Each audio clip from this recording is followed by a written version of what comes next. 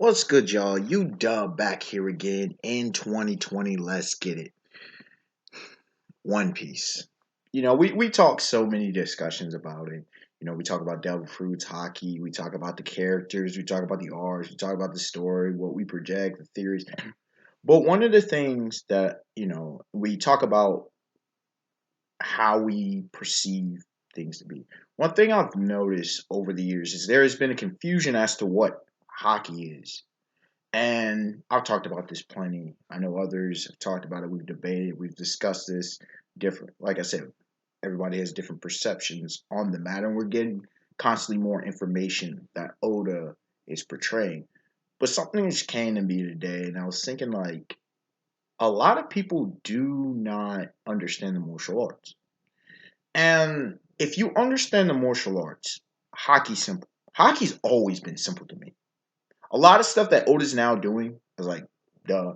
I now the way he executes them is a wholly different matter, right?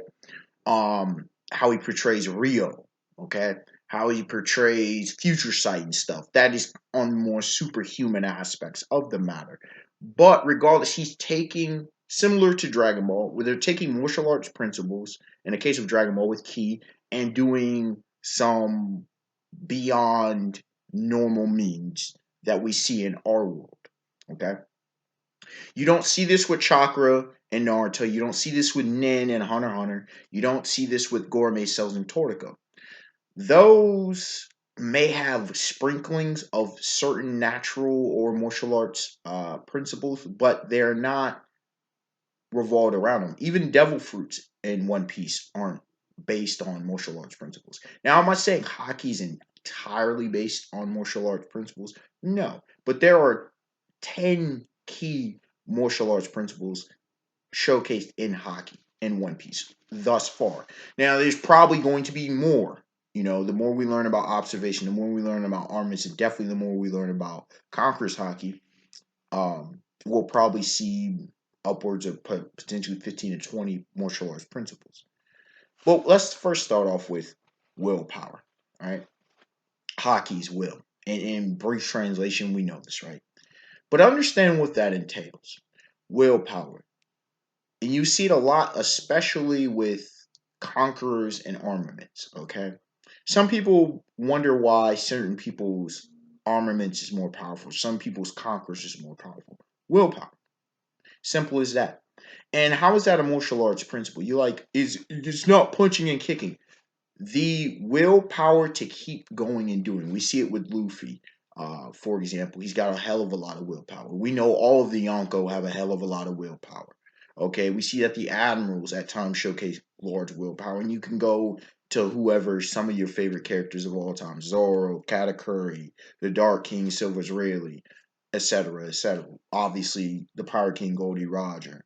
You name it. The thing is, if you're in a fight, all right, or if you're just training the mind, training your will, it's one thing to be physically strong, but it's another if you've been under pressure, if you've been in a situation where you've been hurt, the will to keep fighting. Uh, a lot of times when you have seemingly equal fighters and there isn't great, extraordinarily difference in physical capacity and technique, what determines those fights? And even sometimes, even when an opponent has greater capacity in those technical aspects or in the physical um, abilities, what happens? Willpower. We've seen it time and time again when it comes to fights. You see it time and time again at the highest of levels. Who wants it more? That's the term that people use. Who wants it more? The phrase, excuse me. And it's very true. And that's why Luffy versus Katakuri, one of the biggest reasons why he won that fight, he just wanted it more. He just wanted it more. You know what I'm saying? Uh, Katakuri had most things beat for Luffy, but Luffy just had greater willpower. Luffy versus Rob Lucci, he just wanted it more. The third fight versus Sir Crocodile, the fight against Joker, Luffy just wanted it more. Willpower, Haki. It's very simple. Stop saying, oh, the power levels don't make sense. No, they make perfect sense. You just have to understand what you're dealing with. Second principle, intimidation. Now, this is obviously alluding to Conqueror's Haki. And it is a very true thing. Iron Mike Tyson intimidated many men before he ever entered the ring. Okay, you can go into plenty of them. Sonny Liston was known as that. Smoking Joe Frazier, Big George Foreman, Muhammad Ali. Uh, people say Lennox Lewis. Okay, some could say maybe Khabib Nurmagomedov, the notorious Conor McGregor to a degree, Brock Lesnar and how he presents himself both in the WWE and as well as when he was on UFC. Uh, Royce Gracie to a certain degree was intimidating for some. You had Chuck Liddell was certainly intimidating. Um, I was gonna say, who was gonna say? Rampage, Quentin Rampage Jackson, Anderson Spider Silva. You had different legends throughout history who were very intimidating. And you can go into other martial arts. And intimidation is huge. 95% of fighting is up here. It's mental. It's the psychological. And if you win the psychological battle, you already won at least half the battle. Before you ever threw fists, before you ever locked up in grappling, before you ever spar, you ever go into a boxing gym, you ever go into a dojo to where someone was just scared. Even if that person was capable, that person's movements were dull. That person didn't believe anyways. And so that person, all you have to do is just show a little something. Or let's say you were pretty much in a street fight, you came up against someone, they talk all that cash money, right?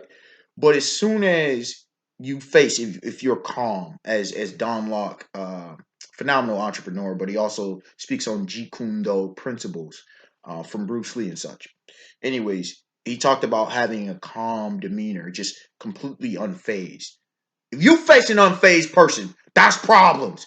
You know that person is either crazy or that person about that life.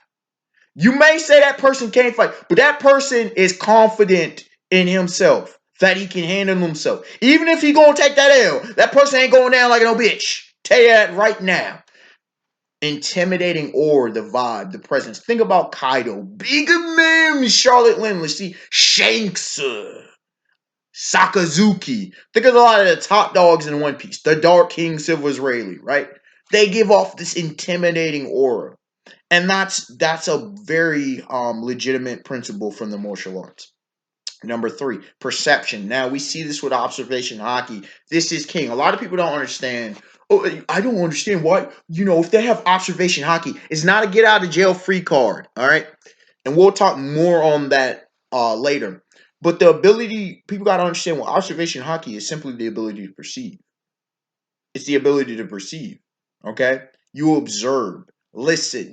When, let's say, we saw it right, we saw it with the Dark King when there was on Ruskana, excuse me, and he was teaching Luffy where he was able to sense all the creatures on the island pretty much that were stronger than Luffy at that time when too slow the infamous too slow scene versus the pacifista, and Luffy just casually dodges that where if getting blitz, we seen Katakuri and Joker not being, even if they knew it was coming, if they couldn't react in time because of speed. You see Sanji, his suave dodging ability.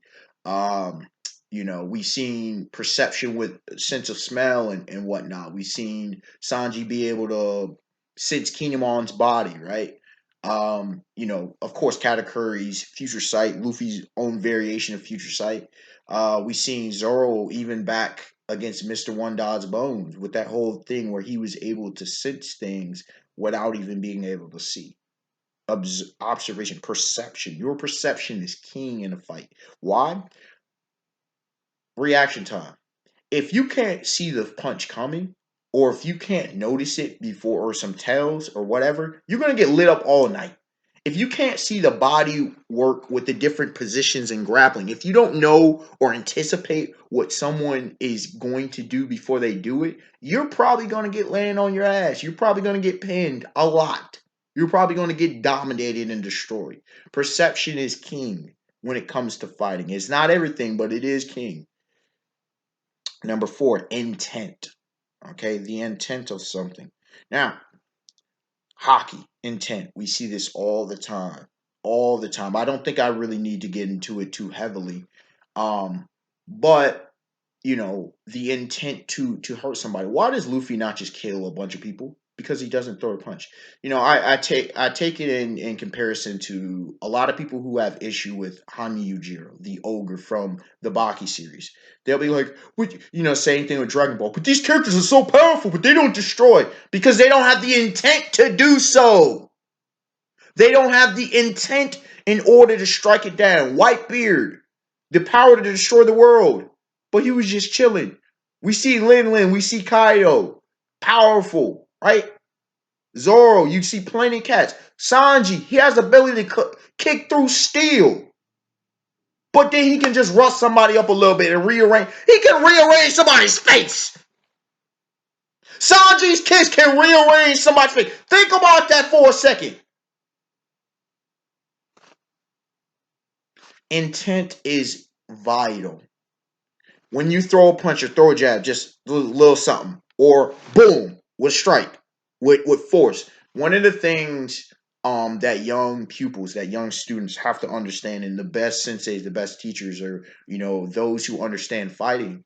When it comes to training and sparring, a lot of people just be, just doing a little bit. You got to teach them, hit with some force. Don't hurt anybody, but you got to act like this is for real. You got to train your body. Intent is king. And number 5 is similar, but a little bit different. Desire. Now, not the voice of all things, but when they talk about Rio, and this is what kind of led to this video, was this point right here. The concept that, was it Keisha?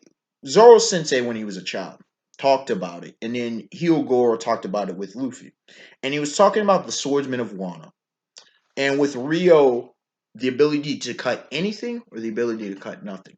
Now, a lot of people don't understand that concept, and that's a whole discussion in of itself because it's a phenomenal understanding. But recently, I've been doing some prep cook, right?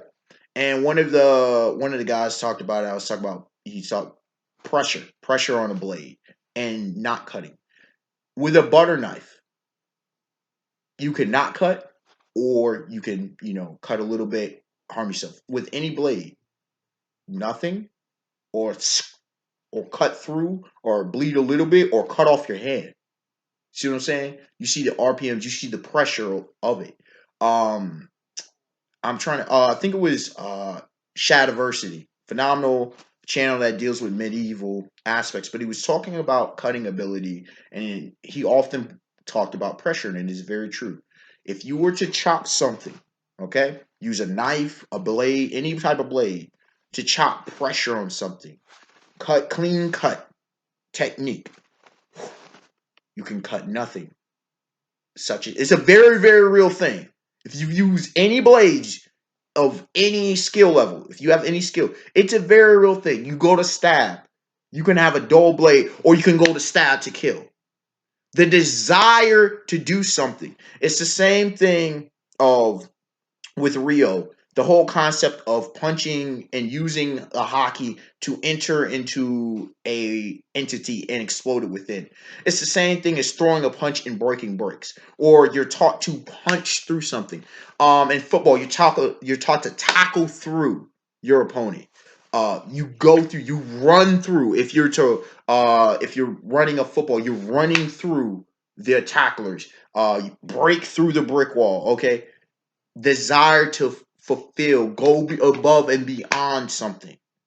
And that's kind of what you see with Haki and Rio. Number 6, foresight. Obviously, we see future sight. But even before we see future sight, people talk about precognition in One Piece. We see this all the time. You got to have the ability to, I mentioned anticipation, you have to have the ability to see it before it happens, to react. You look at somebody like Floyd Money Mayweather Jr., his reaction time. You had a Zab Judah, Sugar Ray Leonard, Sugar Ray Robinson, Muhammad Ali, you name it. There's a lot of legends who can just slip. The Gypsy King, Tyson Fury is damn good at it as well. You have some of these guys who are just so slick with it, and you're just like, damn, they almost look damn superhuman with the way that they can just anticipate. You see this in other areas, you see it in many sports, but that is one key principle. You have to be able to see before it happens, because if you don't, the eye's not quicker than the hand. or the foot. It's just not. Hand quicker than the eye. I heard that oftentimes growing up. And it is so very true. You can't rely on sight. Um, Other people in other works utilize this concept. For example, Samurai Jack, and I'm closing my eyes because the one of the episodes that always stuck out to me with Samurai Jack was the blind mice, where Jack literally blinded him. Put a you know, blindfold, excuse me, something to cover his eyes, and he was able to sense more. Toph with her ability and why she became such a phenomenal earthbender and Avatar The Last Airbender. You got Admiral Fujitora Isho, and blindness has enhanced his observation Haki to an extraordinary perception. Number 7, focus. Katakuri versus Luffy. Lost focus, lost his Haki. You see, the excuse. Listen, no excuses. It's a very real thing. You lose focus in a fight for a split second, that's on you. But if you lose focus, KO. Floyd Money Mayweather Jr. So Mayweather, very famous fight. I think was it Luis Castillo? Luis Castillo, where dude was apologizing for headbutting Floyd. And Floyd, the fight was on. The ref had called the fight on. And the dude was like this, no focus. Floyd clean clocks him. One no sucker punch. He clean clocks him. And he fought off and gone on, got him out of there. Focus. Deontay Wilder, the Bronze Bomber versus Tyson Fury. Tyson Fury took the jump in the first round of the recent fight, and it took Wilder off guard. He was in from the rest of the night. He was on the back foot. He was rattled. All right. Plus he got hurt. But McGregor versus Jose Aldo. Also versus Cowboy Cerrone. Both times. Lack of focus. Khabib Nurmagomedov does a great job. Khabib does a phenomenal job of getting people off their focus. And he's able to, set the pace, force his will on the matter. No pun intended for this Haki episode, but that's how you do it. You have to impose what you want and get that person not focused, especially if that person is highly skilled, and especially if that person has a skill set that literally is bad news for you. Okay.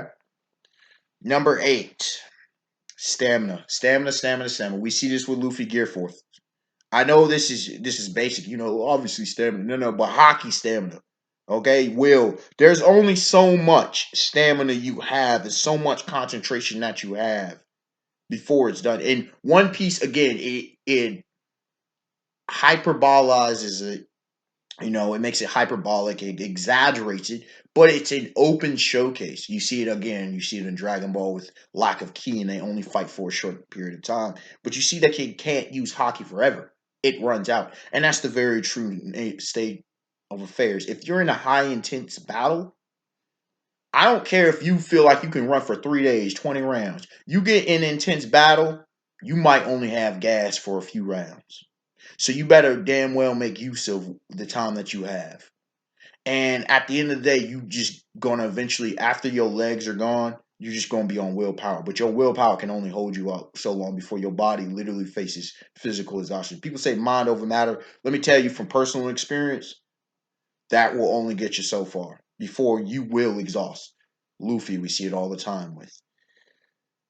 Number 9, projection slash penetration. Now we've talked about Rio a bit with the whole focus aspect, but the whole thing, even further thing, projection. Whether you're throwing somebody, uh, ki,